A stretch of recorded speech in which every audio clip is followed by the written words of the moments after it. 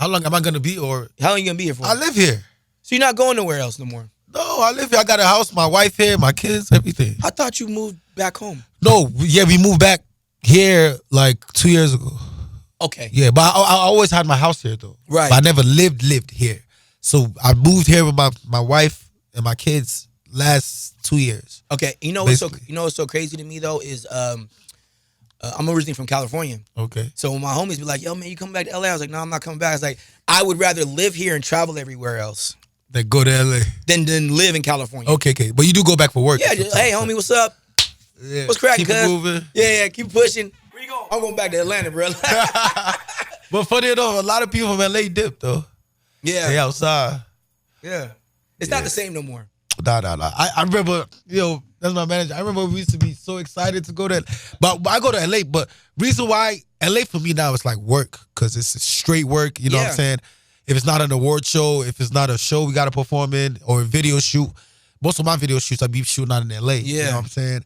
If I'm not probably just go be in a session. I like to record music in LA though. Yeah. I like recording It's the music vibe, in LA. energy. The vibe. Energy's the real thing for artists. I don't think people understand The it. vibe, the energy, and you just meet so many creatives, especially like just being in the studio. LA is that city. But when it comes to living your life and just Atlanta is where it's at. Yeah. I think Atlanta just kind of gives you, when people think about Atlanta, they think about the booty clubs. And I will say that here, the magic. But hasn't all that reduced though? No. Let me tell you why. It's not the same. No, it's because you've gotten used to it. Because you got money now. And you get to go. Yeah, it's different. You see, when you used to go to the booty club and you didn't have money, it was exciting. But now you got bread and you've done it a million times. Yeah. Is it the same? It's absolutely the same. You're right. You just rich nigga. You're right.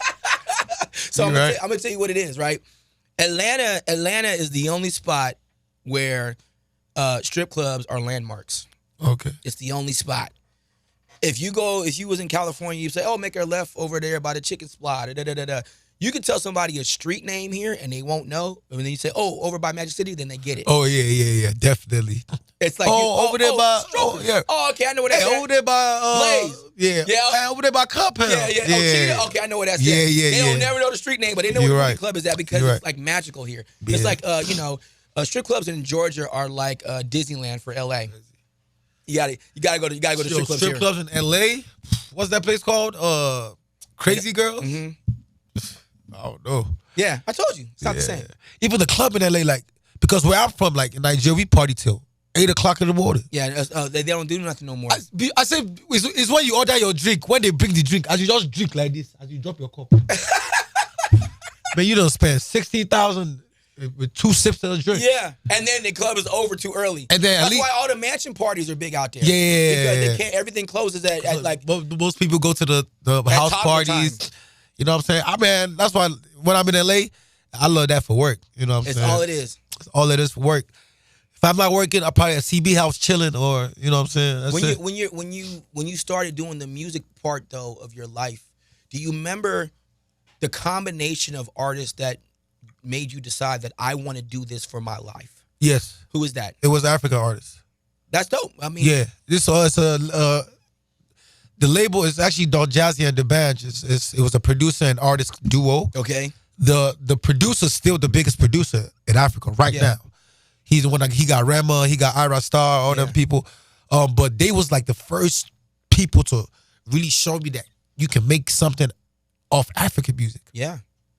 Yo, I'm talking about the most money when I was young. I'm talking about I picked them up from the airport when I was 14 years old. Yes, from Atlanta. Right. 14 years old. They came from Nigeria they had a show and a video shoot. No, they had a show and a video shoot. So these are Nigerian artists that big in Africa. Right. But the music, I think at that time Kanye West had gotten a wind of them. Yeah. You know what I'm saying? The conversation. He did something with them, right? Yeah, he did something with them already. Okay. So I'm looking like Kanye West. Like you in the studio with Kanye off African music? Yeah. And then they come another time and they tell me they're going to LA to shoot a video with Snoop Dogg. Yeah. You know what I'm saying? And then I took them to the strip club and they spent like 20 bands. And this is in 2000 and what? I'm talking like 2008 or something. You know why though? 2009. Yeah, like 2008. Yeah, 2008, 9. But you know why that is? Because to artists, it's just music. Whether you a rapper or jazz, rocker, or whatever, it's just music. Crazy. See, to the public, it's genres.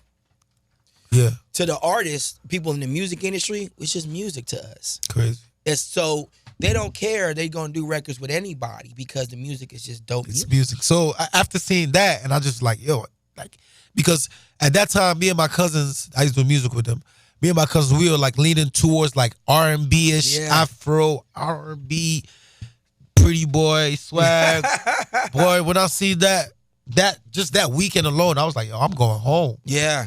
I'm going home. Like, and I got home and like mad people was lit. Like different artists that hadn't crossed over yet. Like the Bad and Don Jazzy at the time. That was dope out there at that time. Big as hell. Going crazy, doing stadiums. I'm like, yo, Dad, I'm going back to Nigeria. And that's how I dipped. Yeah. I went back. And I became the biggest. Well, yeah, you know what I'm saying?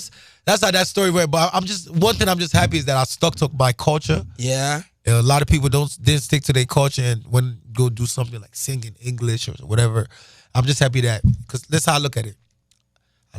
I was born here. I stayed here, you know what I'm saying? Went to Nigeria. Right. Did a couple years. Came back for college. Right. But I used to come every year for holidays. Came back for college. Tried to do music here. It didn't work out. Right. I said, okay, I'm going home. I went home, and the music brought me back. Right. Isn't it It's crazy. Isn't it crazy when you follow a spiritual path, how it brings you back to the goal that you always wanted? Crazy. Right. And then you thinking like, man, this path I'm taking is, because when I was going home to do the African music, in my head, I'm not thinking I'm going to come back and be selling out arenas all over the world. Right. I'm thinking I'm about to be lit at home. Like, I'm good being lit at home. Yeah. But what I saw with the Africa is so big. Yes. Trust me. In fact, forget Africa. Nigeria alone is so big, right, that there's so many artists that will be comfortable not ever leaving. Yeah. I'm telling you, there's so many within its own country. Yes, I know artists that don't care about coming to America till today. Right. They're good. happy where they're at. Yeah, they don't want no Grammy. They don't want no nothing. They good. They back home making bands. They good. Making like what? Like we even have the local traditional singers that making like 600,000 at a gig. You want to hear something funny? You're gonna laugh. You ready for this? Yeah. My mother Yeah. went to Nigeria for a month, got her dual citizenship. Right? She goes out there, and my mom is a pretty woman. Of course. They do her hair, she ends up on billboards out there. What you mean? I swear to God. If I show you my mom, she's got a bunch of billboards in Nigeria right now, and that's my mother. Okay, what brand was it? Oh, I can't remember the brand. Okay, I'm gonna show you the picture. You gotta show me. I'm gonna show you the picture though. You're gonna be like, no way. I'm like, that's my mom. Yeah, that's dope. Isn't that crazy? Man. So now you so you finally found your niche. Yeah. You found the artist that derived you to become like, okay, I'm gonna do this. Yeah. You derived from them. Okay, I'm gonna do this for my career. Yeah. I'm gonna find a way. I'm gonna move here. I'm gonna come back. All this kind of stuff like that, right? I always got to ask this kind of stuff, and I really talk to a lot of different artists about this thing, especially with the men. I think that I've said this in multiple conversations, right? Nobody cares about us personally, right? So it's kind of like cry in the showers. We have to pray in the shadows, right? Where do you find moments to put your pain, or where do you put it at? To be honest, I'm a type of guy that will. Go ahead. I'm a type of guy I keep a lot of stuff in, but like when I explode, I explode. So I be keeping stuff in for so long, and then maybe the reaction might not be the best reaction because I've kept it in for so long.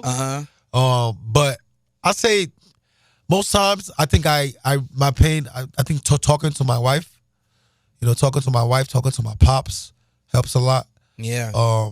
I think with me it's about, I don't really like by myself to start crying, but to me it's like letting it go in front of people, in front of somebody that cares.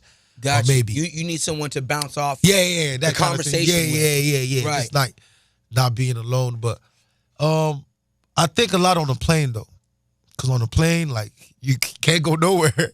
Is it right? Is it you thinking a lot by yourself, or having that conversation with God, or? No, not because I'm high up or nothing like that. I don't mean. Come on. I just mean like when you're alone. Yeah, when I'm alone. Alone comes most times on the plane. You know what I'm saying? But prayer, not only prayer, just even like business decisions. Yeah. You know what I'm saying? Sometimes I just need to just be away and just, think these days I don't even joining Wi-Fi on the plane. I just be like, you know what? Let me get these. Let me have a moment. Let me get myself. these 10 hours to think, sleep, breathe.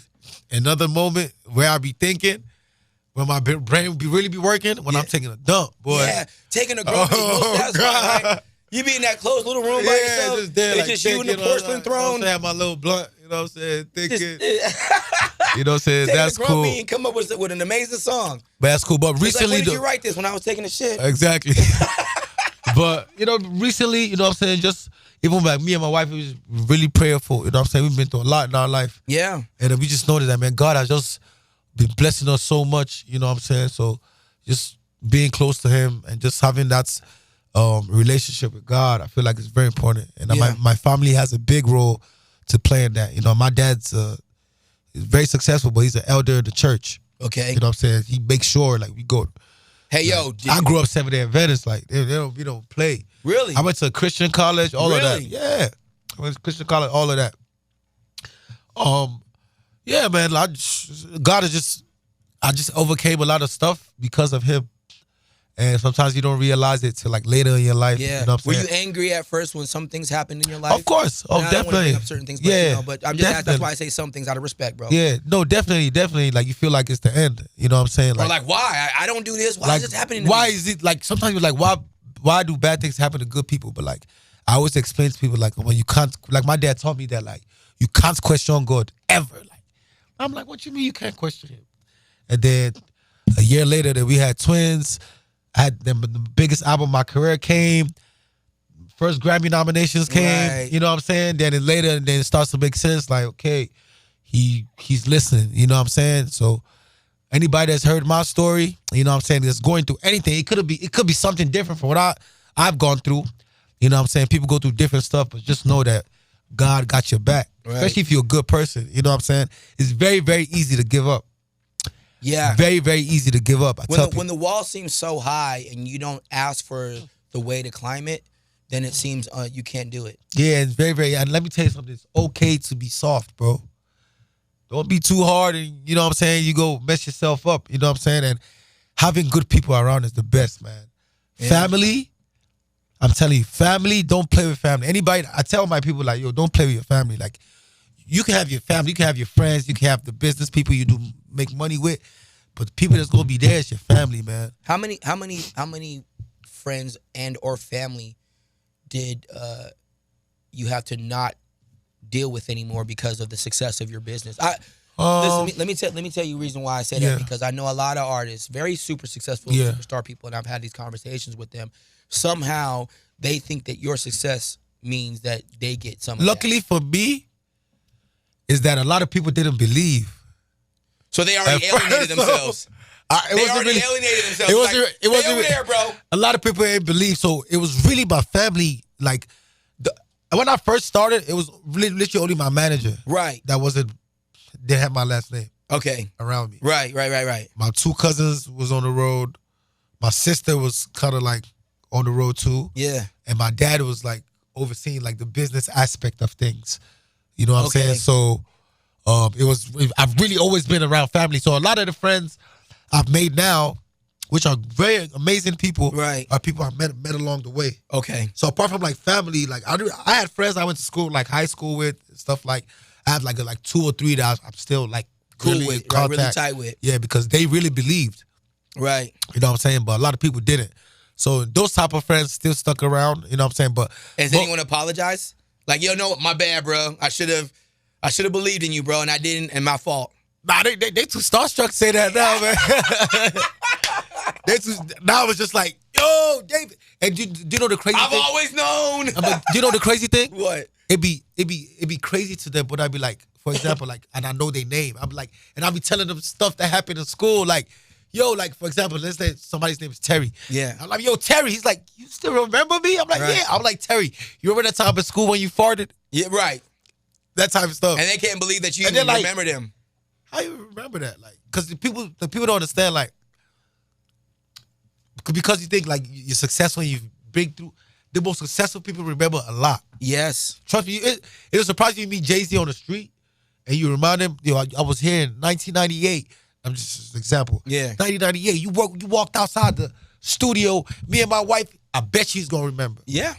You know, people, big successful people like that, they have a good memory and mind and soul. But you know what I'm saying? Sometimes just looking outside, looking in, like it's like cool, like damn. Has a super worldwide celebrity pulled you inside and said, "Hey, don't do this or do this"? Like anyone, like a Jay-Z, for example, like.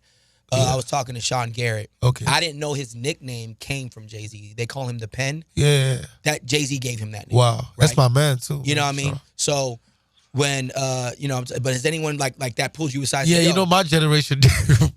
my generation. I'm thinking of who though, like really gave me a pep talk. Like don't do it. I mean, to be honest with you, like there's not a lot of people that have. When I say, I say who though. I'm talking about like the big, not people that had like a 3-year run. I'm talking about like the I'm talking like the major, like for example, like when people talk about like super successful people, I think about like Drake's had like a 15-year run on top. Nicki Minaj's had a run on top. Like Beyonce's had a run on top. Okay. Like I'm not talking about I think the only like I want to put him in the category say legend that like I've been able to chop it up with and right get some game from Nas. Okay. Yeah, I was in the studio with Nas for 2 days.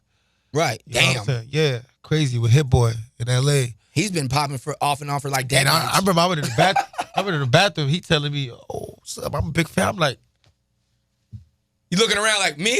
Me, Nas, me, me." And then we was in the studio with Hit Boy. We made a couple records. So that was really cool. But just being around them, sometimes you don't even have to speak. I learned from just being around and just looking at situations and stuff. And apart from even getting advice, I'm a little OG where I'm from too. Right. You know what I'm saying? So I kind of know. So now you've stepped into the spot of like, I got to tell y'all something. Yeah. And you've done it internationally, so there's something to really learn there. Of course, like even being overseas, a lot of them come overseas, they get in trouble, stuff like that. Like I got that pipe down. You'll never see me in handcuffs. I'll tell you that for free. I'll tell you that for free. I know my laws. I know how to act. I know how to behave when it's time to behave. Yeah, but it's called checking in the hood. Yeah. Checking in with your brain. Yeah, checking in the hood. In the hood, you know, like when I first came here to Atlanta from California, I checked in the hood. I don't know if you know who Camp is, but of course, I checked in with Big Camp now. I checked in with Big Camp. It did. Who was signed to them to do that song that was popular back in the day? He did Walk It Out. Walk It Out. Yeah. He did Boots with the Fur. That's all Camp producers. You know what I mean? Crazy. Yeah, I checked in with them, and then it was T.I., and it was Gucci, and it was like, okay, so. Yeah, I checked in with the people, homie. The times has changed. No one wants to check, and everyone thinks that they're Superman. Yeah, these young artists, man, that's why they get beat up, though. It's like, bro, you're not too strong not to get beat up, bro. You're not invincible. It's crazy. Yeah. What's next, man? Anything? Yeah, man. Movie perspective or no? Nah. Actually, I have invested. I'm executive producing like 2 projects. Okay, let's talk about that. With my director, Dammy Twitch, executive producer, which is investing and stuff like that. I know what that means, yeah. So we're gonna do one movie, and then the other was gonna be like a 6-part series. Okay. So we still discussing. We still looking at like we still looking at whatchamacallit, scripts, and stuff like that. Do you know what it's based off of so far? No, we're still looking on scripts. So you're looking for a script, but definitely an African story. Definitely. Got you. Shot in Africa, African cast. Maybe do like a comedy version of Coming to Nigeria instead of Coming to America, and reverse it.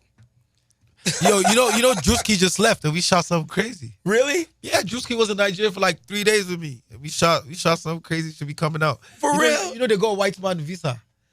Yeah, so the ending of the thing is he's shooting another part. So the part is one person really got the visa to come. So white man, they got paper for him. Not white man.